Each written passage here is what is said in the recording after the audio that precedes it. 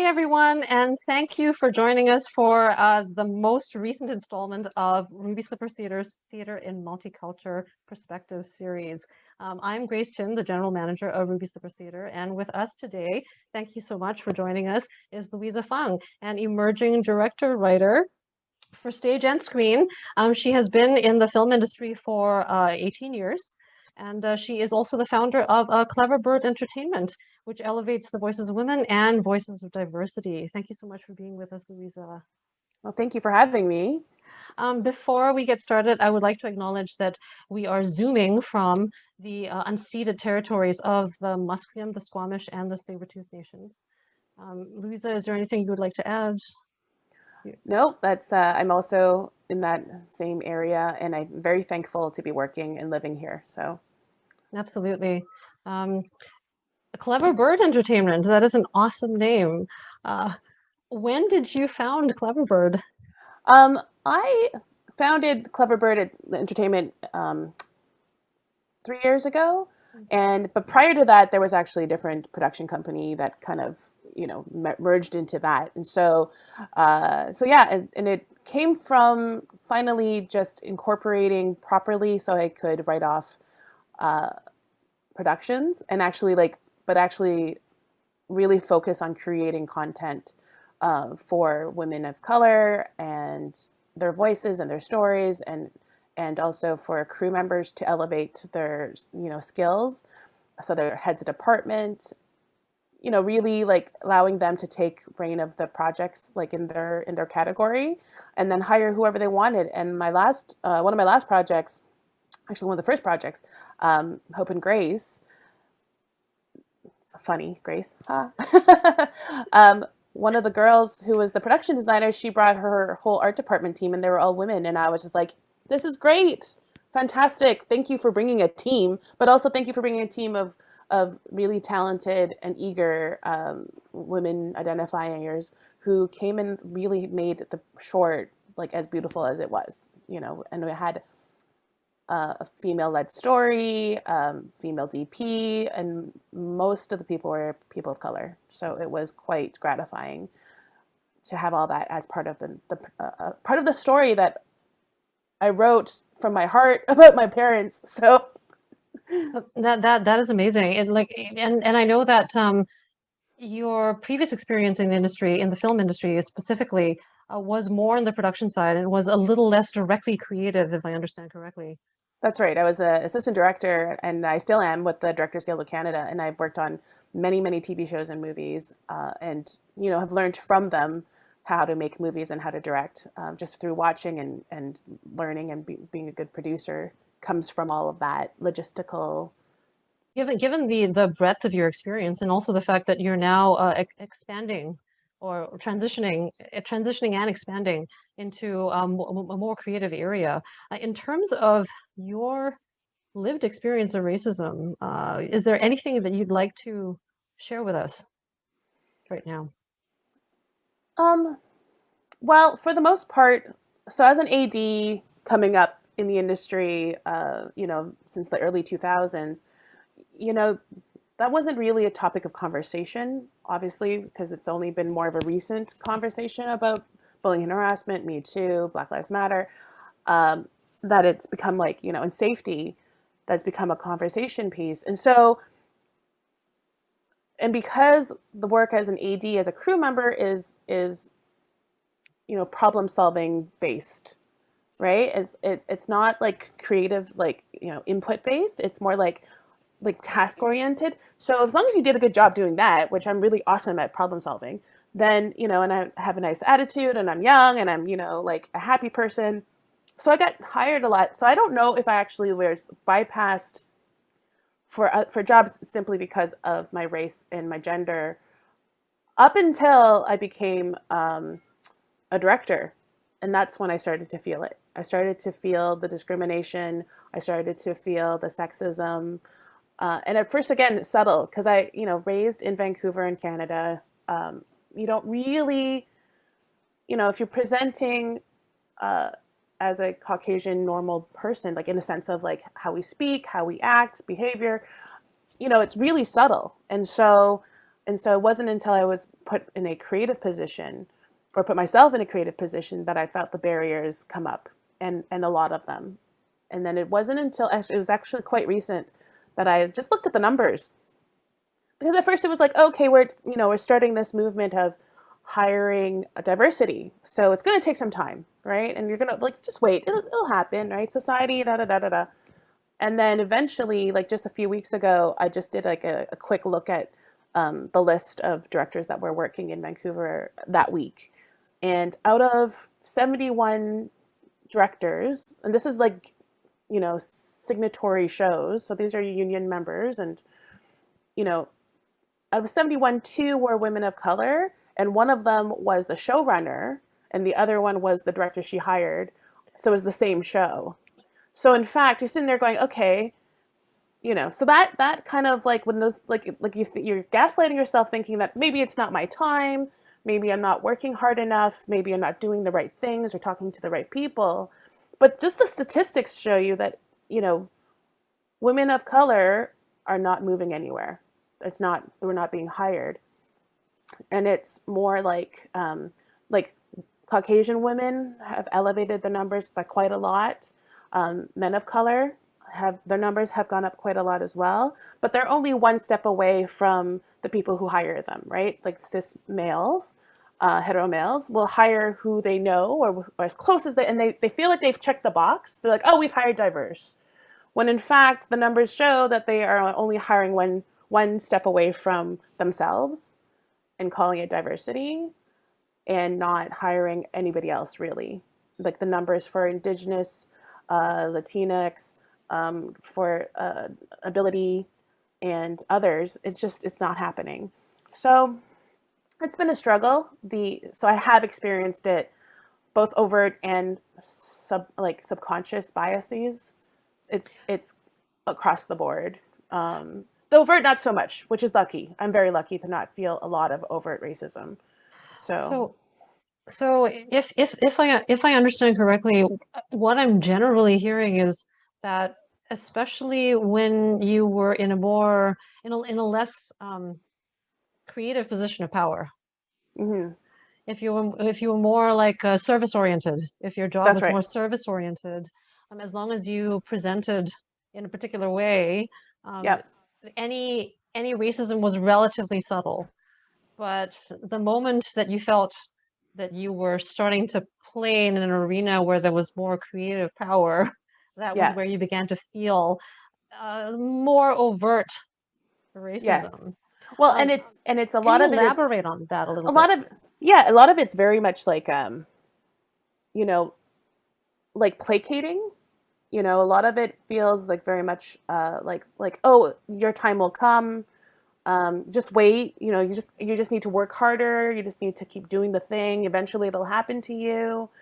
But then it was seeing people consistently who had less experience, who had been doing it for less time, get those opportunities and get level up when I've been struggling. I'm sure as many people have to get even the most basic leveling up, right? Like you just want to work. I mean, I just want to do the job. I mean, I've been trying to direct professionally for like 10 years, and so and part of it is creating your own opportunities and making your own work, and truth, of course, that is all very true. If you haven't directed, then you're not a director. So like, stop complaining about it and just do the work.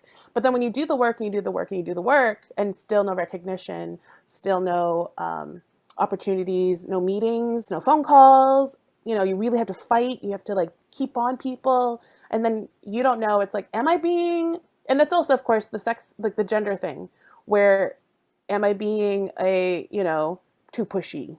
Am I being too bossy? So there's a lot of things, that intersect in this like frame here, and sometimes I don't know what is what. All I know is that I'm not being put forward. I'm not moving forward, no matter what I do, and it's very frustrating.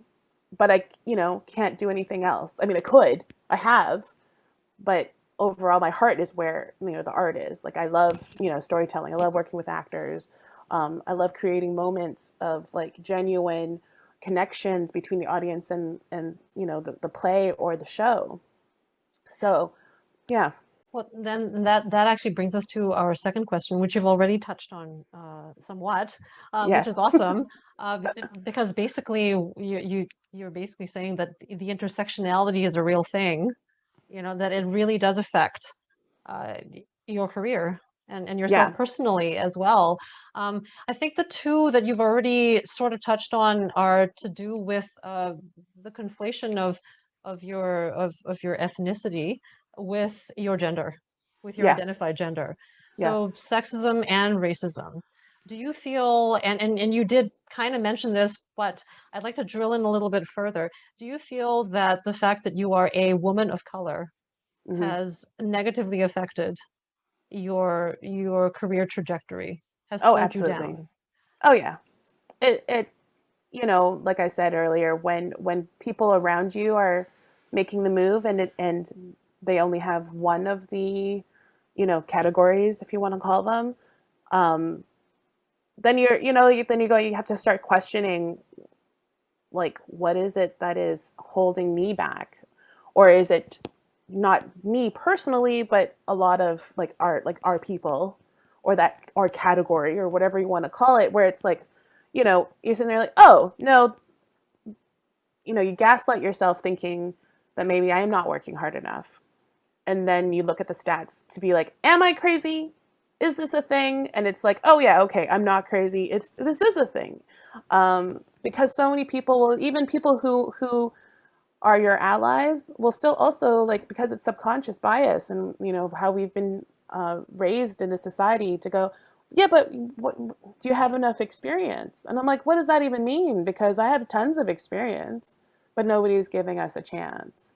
So I held auditions for my production of Beirut for the Fringe Festival, and I very specifically asked for people of color, and the women of color who showed up and auditioned for a fringe play in the middle of COVID, their game was so high. Their like talent, their skill level was so high, but this was like a super low amateur production. Um, well, it Sell was good. yourself short. I know it was still really good, but in context, right? Like, and so I was like, and it's because I realized it was because we don't get hired as much. We spend a lot of time training, leveling up, thinking that, if we keep training, if we keep doing the thing, they'll hire us eventually, right? Like you have to be so good, they can't deny anymore that you're amazing. And that is true, but only to a point, because there's only so many roles and there's only so many opportunities. And when those are mostly given, when there's like 95% or more given to other people, like, like, yeah. So we are experienced. We just need a chance. Understood. And it's kind of like, and you touched on this already. It's essentially kind of, if I understand correctly, what you're saying is, if there was a man of color who had been Hmm. in the business for about as long as you, or a woman or a white woman who had Hmm. been in the business for about as long as you, that you almost feel as if, they have already gotten a lot further Oh than yeah, you. absolutely. I don't even have to, like, that. That is like absolutely true. And in fact, yeah. And some, of course, listen, I am completely practical. I understand that, yes, it's time, place, opportunity, who you work with, all of that stuff. But at the end of the day, it's still, like, the numbers don't lie. The numbers don't lie. When it's 24, like, I got the numbers from, because I was so distressed. I got the numbers from the DGC, and then they also sent me numbers from the DGA, and both of the Directors Guild of America, right? And they both are, they see the numbers, they see it, and they know, and they're working on making it better. But working on making it better and actually making it better, I mean, like, I'm happy that they're working on it, but I wish we had, let's move it along faster, shall we? I totally know where you're coming from, because we've worked together in the film industry before. Um, it's interesting to me how your perspective coming from that industry compares with your experience in the theater world. Do you feel that the theater world, at least your experience of it thus far, is your experience about the same in terms of the Actually, intersectionality affecting your career path? um, in this particular moment, no. In the past, I think so. Um, How long ago you are know, we talking about? Like, well, I started in theater, and then I kind of like kept dabbling in it once in a while, right? But a lot of it was, like before I was an actor, performer, and again dabbled in it because of a different discrimination, which is of course body discrimination, and then of course gender, and then like race. So all those things combined, we're like, okay, we don't like, you're gonna be the chubby funny girl, okay. And you're like, great, thanks, no. thanks. Yeah. I'm gonna make some money as a crew member because it's awesome and I love doing that. So, but And you're then, good at it. and I'm Hello. good at it. Yes. Hi, yeah. Hi. Yeah. But it was, what is it, this past year when I was really pushing at being a director, like trying, like if I couldn't do it in film, I had to do it in theater because then I could actually direct for more than 3 days and cost me $1 million. It's just like, terrible how expensive filmmaking is. Mm. Um, and then, I mean, it is what it is, but for, as a theater director, I was like, wait, I can get ticket sales and I can direct for 3 weeks. So the loss, if there is a loss, which is generally a loss, is much smaller than making a film that doesn't get you any money. Okay. And so I applied to the Fringe, and they had an initiative to like really push for BIPOC. And then yeah, and then like with PTC, I just finished the Block A playwriting program with them, like literally like 2 weeks ago. So I feel like there's more in Vancouver, more opportunities for BIPOC in regards to theater. Like Mm. it's it's so contrary because I just came to this realization literally like as I was updating my resume, and I was like, oh my gosh, this whole year has been theater because that's where the opportunities were. And it allowed me to actually kind of stretch out my wings a bit and be like, you know what, I can direct in theater, even though it's, and it's amateur theater, but you know what, it's something. So And in so, terms So in terms of that, then, as you mentioned, you started off in theater, and at the time you mentioned that you felt that things were a little less friendly at the time to people of color. Is that what yeah. I, Well, and also I in think what as the way? youth, I think it was Because of, youth at the time too, like when you're 20 something and you're coming out of theater school and there's not much theater in Vancouver in general, um, like, then and now ish, and film is like right there, and they're like, hey, you have money, we have money to spend, like you can change a garbage can, and I'm like, I can do that. But in regards to like the theater, like the business of theater in Vancouver, definitely I have felt that there has been discrimination, um, and have heard about it through my friends. Only in the last few years when there was this push for diversity that my film actor friends who are also theater friends stopped working in film because they were actually working in theater, and I was like, oh my gosh, you're booking in theater, that's amazing. But overall, it's still the decision makers are still Caucasian, and there's still discrimination on there's it's great that there's more visibility on stage and on screen for people of color, and as an Asian Canadian, like that's really important, for like, so people that you can see it, you can be it. But there's also a thing of like behind the camera or behind the scenes, who is doing the hiring. All of a sudden it's just like it's still just Caucasian people doing all the decision making. And and so like how do you connect, how can you be authentically like connecting to the cast, to the material, if the decision makers are all Caucasian. Now, not to say that everybody is like that, um, that there are certain leaders that will bring people of color into the fold with them and make them decision makers and start to make those steps. But it's been a really long time coming to this point, so. two or three things that you think, could be done, need to be done, and could be done. Actionable items, two or three actionable items Yes. to fundamentally dismantle this systemic situation that we're in. And you've actually named one of them already, I believe, which is Yeah. essentially, you know, it's not enough just to put the call out in a general sense. You have to headhunt, you have to be more active about it, you have to actually go to those communities or to certain individuals and look, right? Yeah, That, absolutely. that's one. You know, like, give me a couple more. Um, I always go to education first, in the sense of like, if you educate yourself, it's really hard to deny stuff when you have the information.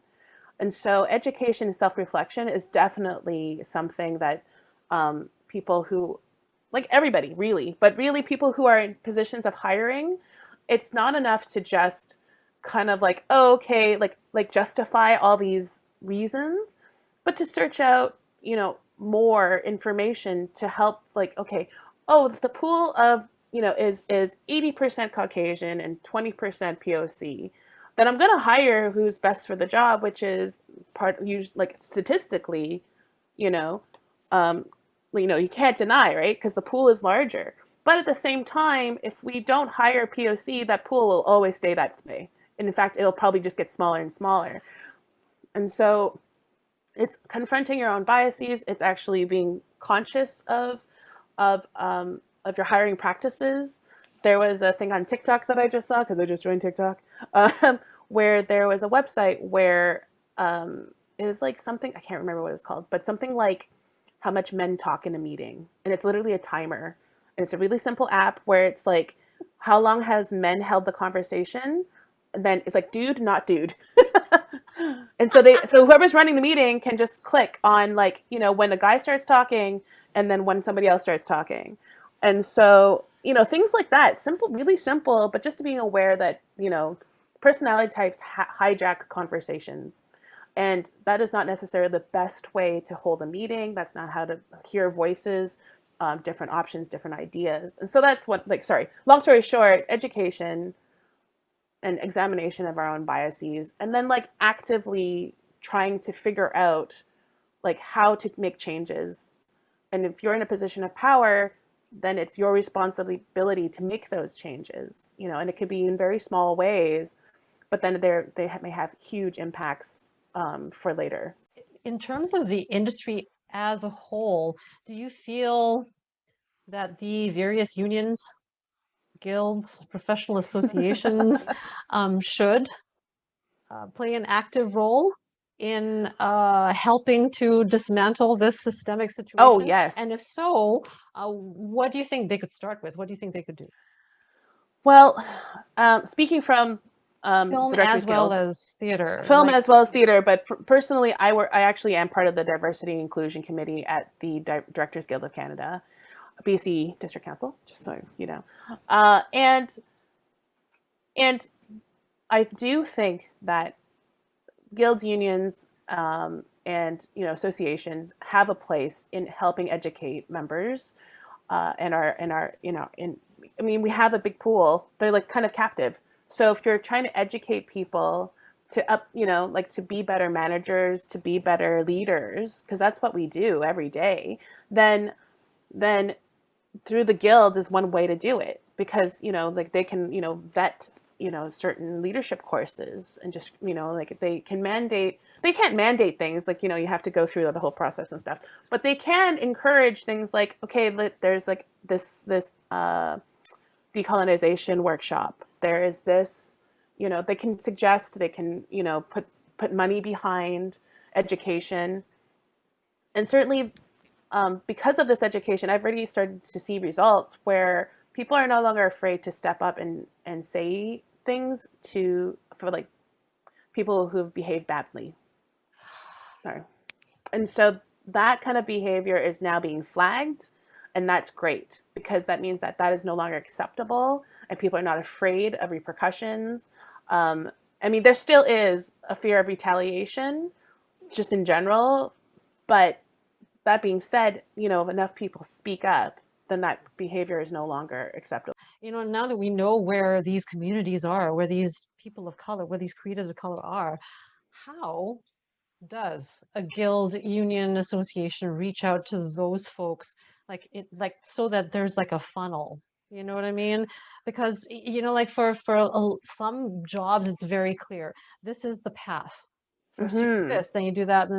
But as we've discussed, like for a creative of color, sometimes that funnel doesn't really work because as you touched on as well, if you're a white male in a creative position of power, you're probably going to hire another white male that you Mm-hmm. went to school with, that you Yeah. were, or that you worked with countless times, and to a certain extent, I understand that. So how do we get there? What do you think? Well, we have been working with some of the bigger networks in the States to create a observation program, which would be fantastic, right? And so basically, a lot of the things that we're missing is like making those connections with people, like the hiring, right? Because and in the States, they've actually been quite successful in the writing program, or basically writing programs for the TV, where they will bring, they again mentor them, educate, like more like workshops and stuff, master classes, and then they get to sit in with writing rooms, and then they get to prove themselves, and then all of a sudden they're now in writing rooms, and now they make up a bigger demographic than they've ever have. So that has been successful, but also writing rooms for TV, have dozens of people. It can be as small as like 4 or 5, but usually on big shows, there's quite like 10, on or more depending on the show, right? So these kind of programs of allowing observation slash shadowing, actual mentorship. I've been part of a few mentorship programs, both as mentee and mentor, that have not quite hit the mark, not quite, like gotten us to that next level, not gotten us to those, there's things like, what is it, speed dating with, Right. and sometimes that works, but it's really hard to make an impression in 3 minutes, especially when there's 30 people.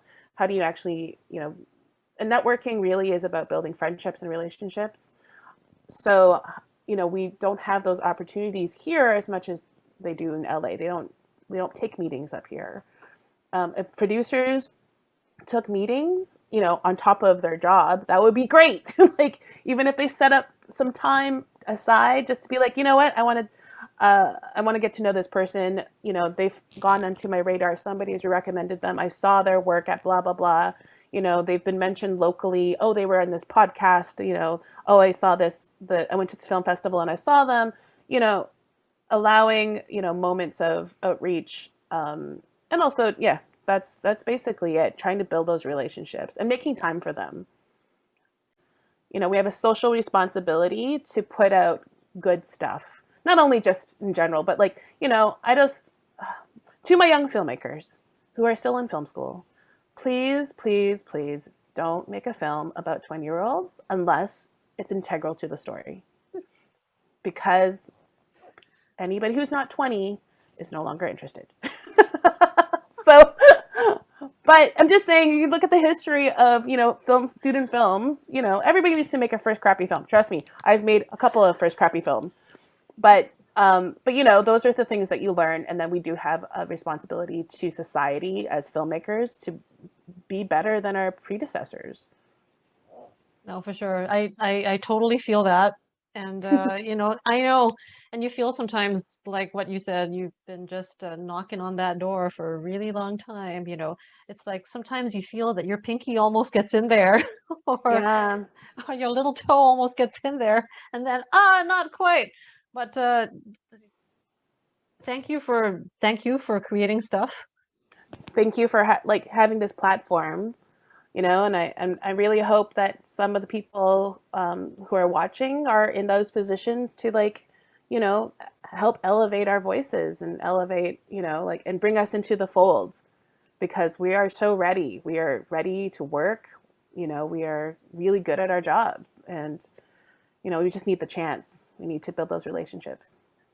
And yes, we can, right? And yes, we can. Yes, yes, we can.